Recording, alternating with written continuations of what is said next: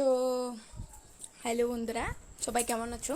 আশা করি ভালো আছো। আমরাও খুব ভালো আছি। তো এই যে দেখতে পাচ্ছ, আজ আমি তোমাদের সাথে শেয়ার করছি একটা নতুন ধরনের রেসিপি। তো এই যে কাঁঠালের, তো এই যে মাছমণি কাঁঠালটাকে ভালো করে কেটে দিল। তো এই যে তারপরে আমি কাঁঠাল আলুটাও কেটে নিয়েছি। তো লবণ দিয়ে সিদ্ধ করে নেব।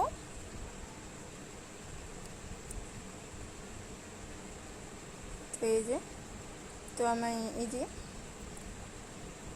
কাঁঠাল ইঁচড় যা বলবে, তো ওই যে ইঁচড় আলুটাকে আমি ভালো করে ম্যাশ করে নেবো এরপর।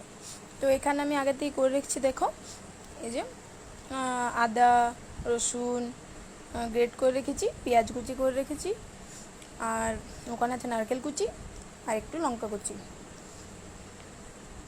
তো এই যে ভালো করে ম্যাশ করে নেব। তো ম্যাশ করা হয়ে গেছে দেখতে পাচ্ছ আমার ইঁচড় আলুটা। তো এই যে সমস্ত গুলো দিয়ে দিচ্ছি, পেঁয়াজ কুচি, আদা রসুন কুচি, নারকেল কুচি, কাঁচা লঙ্কা কুচি। তো এরপর দিচ্ছি আমি স্বাদ মতন লবণ, তো হলুদ গুঁড়ো, এই যে লাল লঙ্কার গুঁড়ো,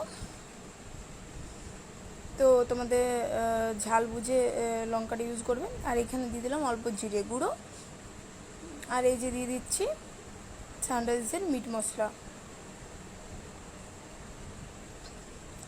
আর একটু গরম মশলা। এই দেখো,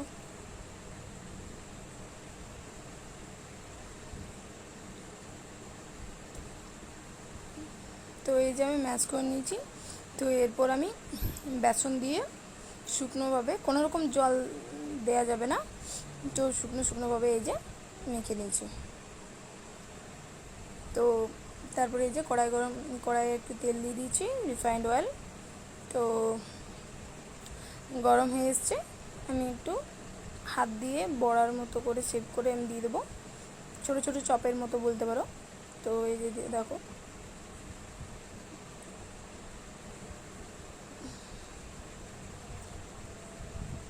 তো এই ইঁচড়ের আমার বানানো এই রেসিপিটার কি নাম দেওয়া যায়, তো তোমরা কমেন্ট করে বলবে।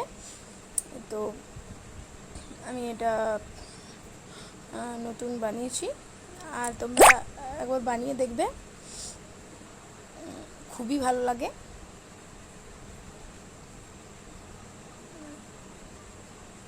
তো আমরা ইঁচড়ের তো রেসিপি খেয়েছি, তো এরকমভাবে একবার বানিয়ে দেখো, খুবই ভালো লাগবে।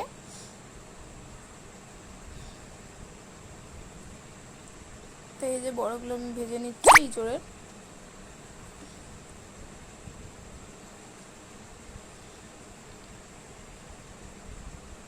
তো আমার ভাজা হয়ে গেছে, তো এবার তুলে নেব।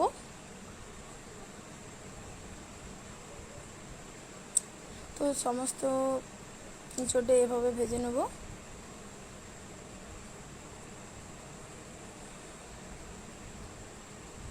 একদম অন্যরকম খেতে লাগবে, খুবই টেস্টি হয়। তোমরা বাড়িতে না বানালে বুঝতে পারবে না। তো সবাই একবার ট্রাই করবে, খুবই ভালো লাগে খেতে। তো রেসিপিটা ভালো লাগলে লাইক কমেন্ট শেয়ার করবে। তো টাটা।